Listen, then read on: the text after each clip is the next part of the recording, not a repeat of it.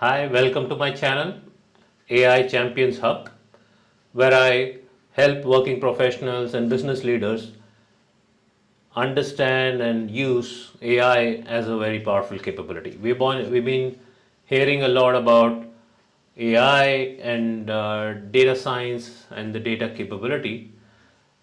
This is your opportunity to be part of a community where we can learn from each other, and I share my experiences around this. So let's get started. So today's question is, we've seen that for most business leaders, they've heard about AI or so, but their top of the mind question is, what capabilities does AI enable? Why AI, right? So that is the purpose of this video. We will try and answer that.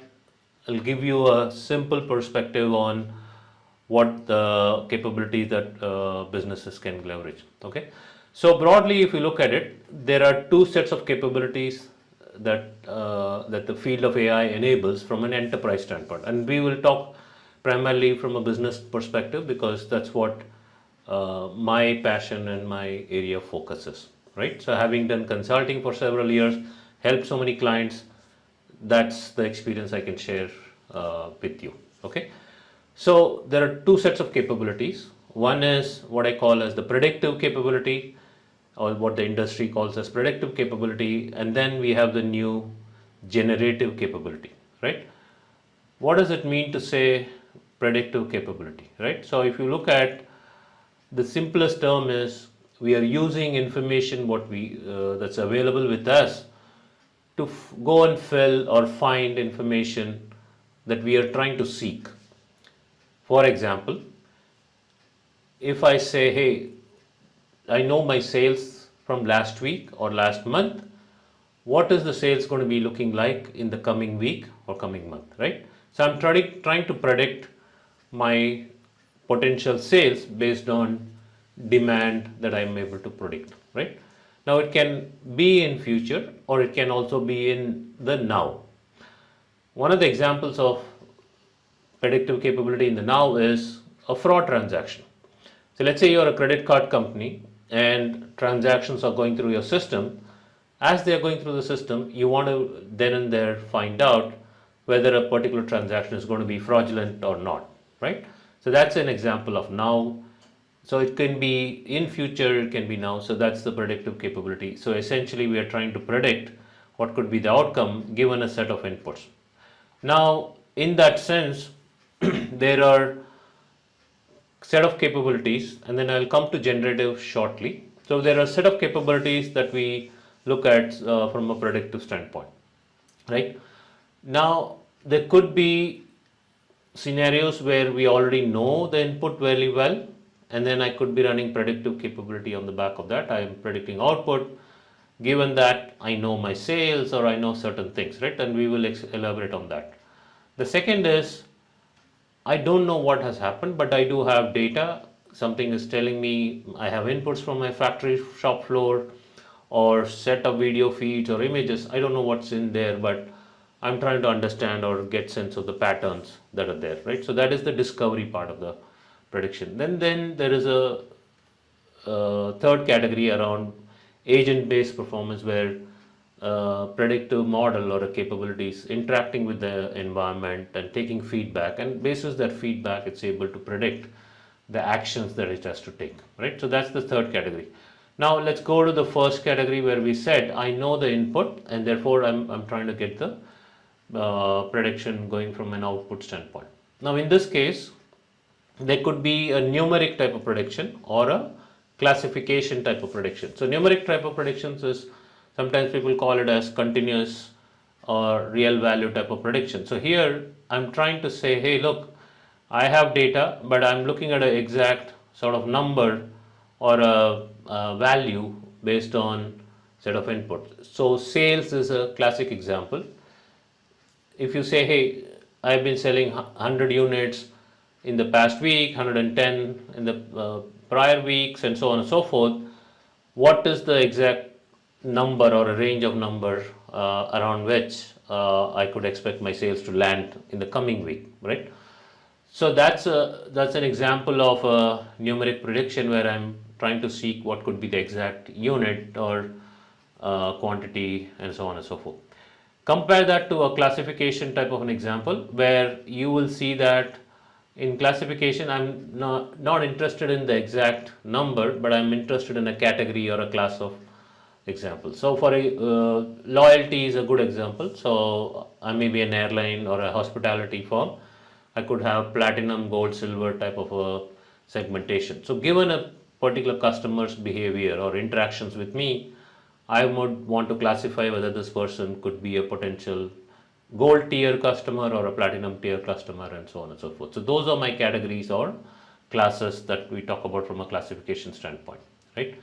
So in terms of numeric, there are two categories. We talked about exact real value that I'm interested in predicting in a regression case, or in a forecasting case. I'm trying to, it's a type of regression wherein I'm trying to get a series of numbers over the coming periods, having known a set of series numbers in the prior past. Okay, so regression can be variety of cases. So there could be linear or there could be non-linear behavior, and therefore in the business sense, therefore I'm interested in predicting outputs which could also be linear or non-linear, right? So in the case of linear, you could see a good example of impact on revenue based on ad spend, right? Ideally, it's assumed that, or typically it's seen that there's a linear correlation. The more I spend money on ads, there's a chance that the revenue will correspondingly increase, right? Given certain other factors being true.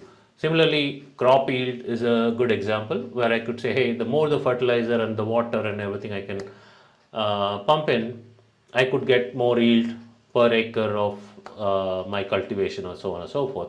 Therefore, somebody who's selling an agricultural product, for them the productivity can be gauged based on, they can predict productivity on the back of linear type of models.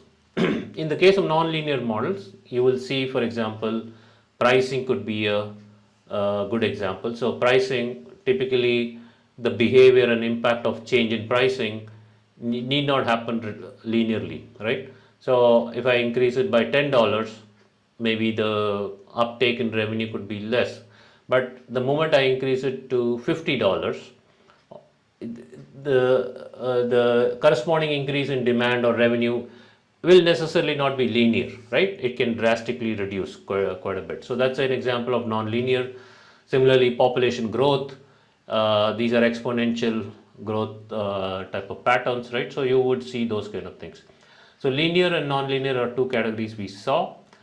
From a forecasting standpoint, like I said, it could be, I'm trying to predict a series of forecasts for over a set of periods, right? So it could be demand, it could be my expenses, my cost, any of these factors for which I have data in the past, and I'm trying to say, hey, what could be my expenses in the next coming weeks or next couple of months, right? So those are examples. So it could be retail sales. Energy demand is a common example where utilities are trying to forecast, hey, if it is summer, how is the forecast going to be in terms of usage and electricity demand and so on and so forth, okay? So that is the second example where you can see the numeric prediction. Let's move to classification example. So classification, like I said, I have, based on my input, I'm trying to predict a class or set of categories in which my output may fall, right? There could be two varieties. This binary classification where I'm trying to say, hey, look, let's say I'm a telco or a hospitality or any of them, and I'm trying to say, hey, is a customer going to churn or not churn, right? Now, his complaints are increasing, call drops have happened and so on and so forth. So is there a chance of this customer churning, right? Therefore, I can go and do certain intervention. So the predicting whether somebody will churn or not, or a set of customers will churn or not, is a good example of a binary classification. There are a variety of techniques that are used, so we'll go through these in my subsequent videos and so on and so forth, but there are multiple combination of techniques that we can use, like logistic regression or any of those. In a case of, in certain cases, like we talked about segmentation, where we talked about platinum, gold, silver type of tiering, uh, those are multi-class classification. So you may want to say, hey, depending on the spend of a customer or the number of miles he has traveled with me, I may want to see whether he's a potential for me to bump him up to a higher level or so on and so forth, so that he can get a better service and so on and so forth. So that's an example of a multi-class classification and so on and so forth. All right. Okay, so we saw examples where I'm trying to, given a set of input where there are labeled categories, I'm trying to predict output. Now there could also be scenario like we said, where I may not necessarily know what's there in the input, but I would like to understand pattern. I would like to predict certain things, right? So one of the classic example is fraud detection, right? Fraud happens today, let's say a credit card fraud or a financial services fraud can happen in a variety of different ways, right? Each time the companies try and go plug the holes, there are new avenues of fraud that come up and people are trying to tap, right? So the patterns are not necessarily known to you, so you want to understand any kind of anomalous behavior, any kind of behavior that's out of the normal, and therefore I'm trying to predict, is there a pattern which is new, right, and which could potentially then lead to a fraud. So that's a good example of where I may not necessarily know everything about my input, but I would like to get the AI capability to tell me what are the chances of a certain thing being fraudulent or not, right? That's an example.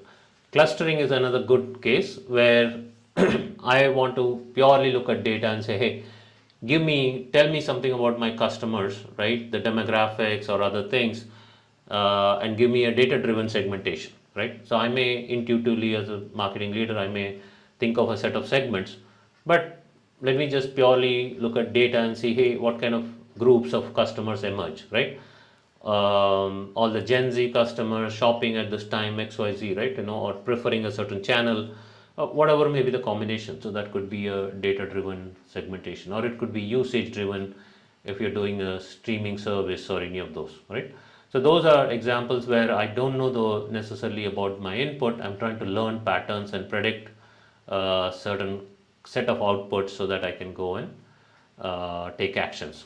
Now, agent-based models are also a set of categories where I'm trying to predict what could be. So classic examples are optimization problems where you want to see, hey, what could be the best optimal route given a set of constraints, right? So I could be a distribution firm, a logistics player. I'm constantly looking to say, hey, what's the best route to ship a set of products from point A to point B, or with multiple hops in between and so on and so forth. So those are where this constant element of reward or interaction and so on and so forth, where the agent or the model is interacting with set of parameters and so on and so forth. Self-driving cars are a good example. Inventory management could also be an example where I'm trying to optimize for my actions there. Okay, so those are from a broader predictive capability, right? So predictive capability, just to refresh again, we are trying to, given a set of knowns that I have from the past, I'm trying to fill a set of unknowns, right? And that's the prediction capability. It could be in the near future, or it could be even now as I'm executing a certain transaction like we saw in the case of fraud. Okay. All right, let's move on to the next capability as to why AI is so powerful, right? Now, in the recent past, generative capability has literally taken off. And what that means is, given a set of input, I'm able to generate new content, newer type of content, and that's essentially what, in simple terms, is about generative AI, right?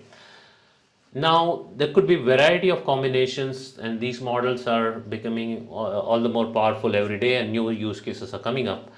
So you take it as a sample at this point, because as we are speaking, there could be a good new use case coming up, right?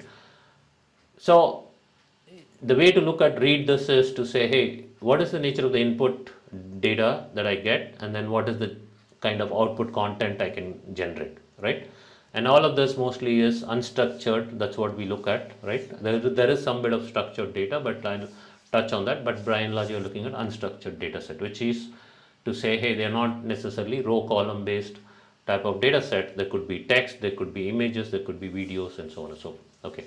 All right. So first kind of models or the capability that I get is, given a text input, what are the variety of outputs that I can generate, new content I can generate, right?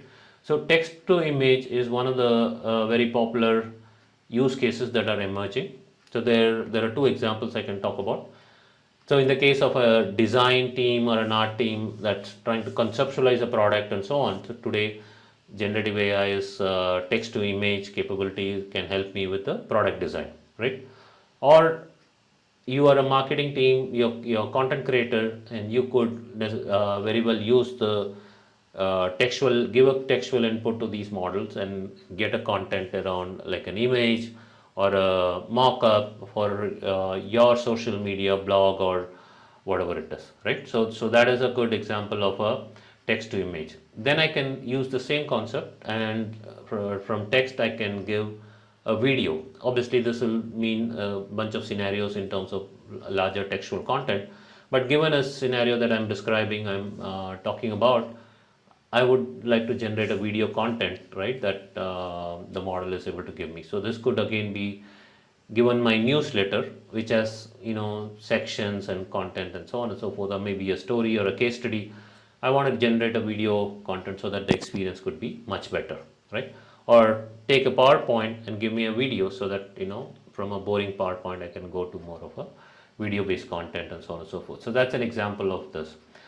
Then audio is also a big capability that's helping enterprises. So text to audio is a very good case. There are a lot of real use cases that can be powered. So one of the examples is, if you look at it, it's about helping people with special needs for the services around it. So I could be a banking client, I could be a hotel or whatnot, and I could enable voice-based services so that people can leverage that, right? Or it could be audio books.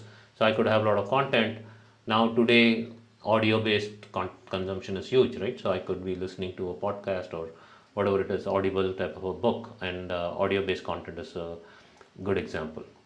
Then we talk about text to 3D as well, right? Now this is an emerging space, a lot of new activities coming up. So one of the use cases I have seen is around engineering design.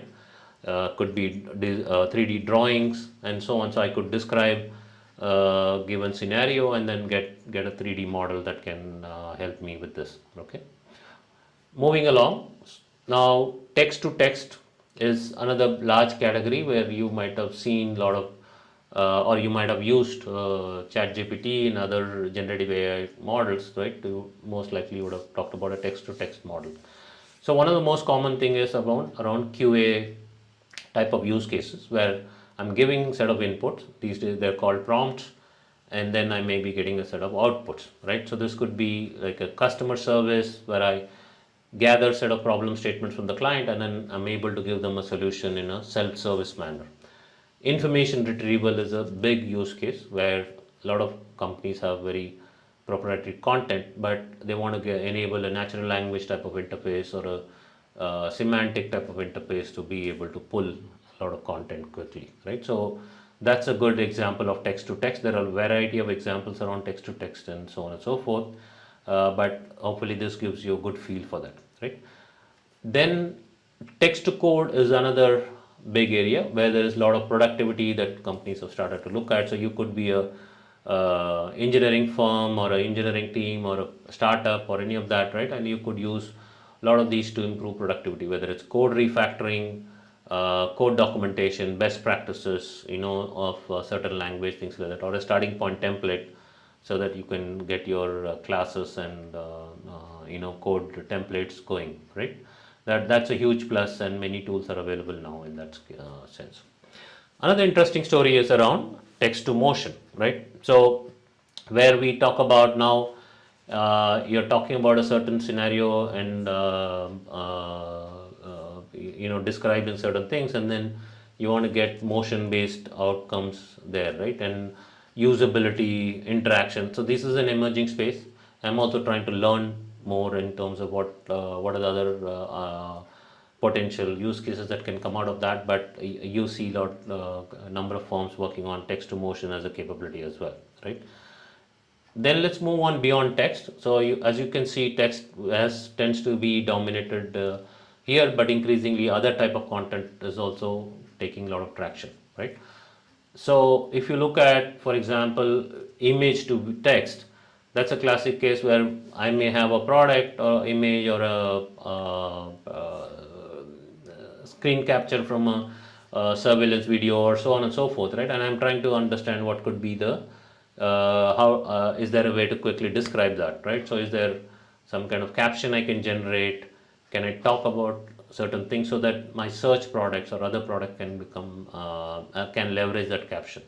The other thing is object recognition within it, within an image, for example, right? So is there a certain product or a brand or something like that that's being talked about, and so that if that text I can bring out, it's easy for me to drive other use cases as well. So image to text is a good example. Then we talk about audio to text. So audio to text is a classic case where you will see either transcriptions or machine translations as well. In some cases, those kind of very powerful use cases can be powered on the back of audio to text as well, right? And then we have finally seen audio to audio, where either customer service or conversational AI type of use cases where I'm speaking and then I get a response. The agent or a bot is able to then respond to me in a voice. Right now, there could also be cases where I may be narrating certain stories or with a certain voice. Now these days, there's opportunity to use different tonality or different kind of voice or a different type of voice to generate the same content but play in a different voice or tone or so on and so forth. Okay, so these are all number of examples. We've barely scratched the surface in that sense, but hopefully you get a good capability. So why should I look at AI as a business leader, as a CXO and so on? Just think of two areas. Forget about all the terminologies and the acronyms that get thrown around. You get predictive capability, which is very important for your decision making, and you get generative capability, which helps you generate new content, which would have taken me years and years or months and months, or even may not have been possible, because in some cases, as you saw, many of the cases involve creative expertise, like text to image or image to audio or whatnot. They involve a lot more effort in the past. Now with generative, I can do a lot of this, right? So huge potential to transform the industry, and absolutely anybody should be looking at it. Keep watching my video. If you like it, do subscribe, and I'll be talking about many more of these examples, and I will go deep in all of these areas. So my purpose is to help bring the value of AI from a business standpoint and learn from the community. Hope you enjoyed the video. If you enjoyed the video, please click the like button. Do send your comments. If there are other perspectives, do share your comments, and let's learn together. Thank you very much. Bye-bye.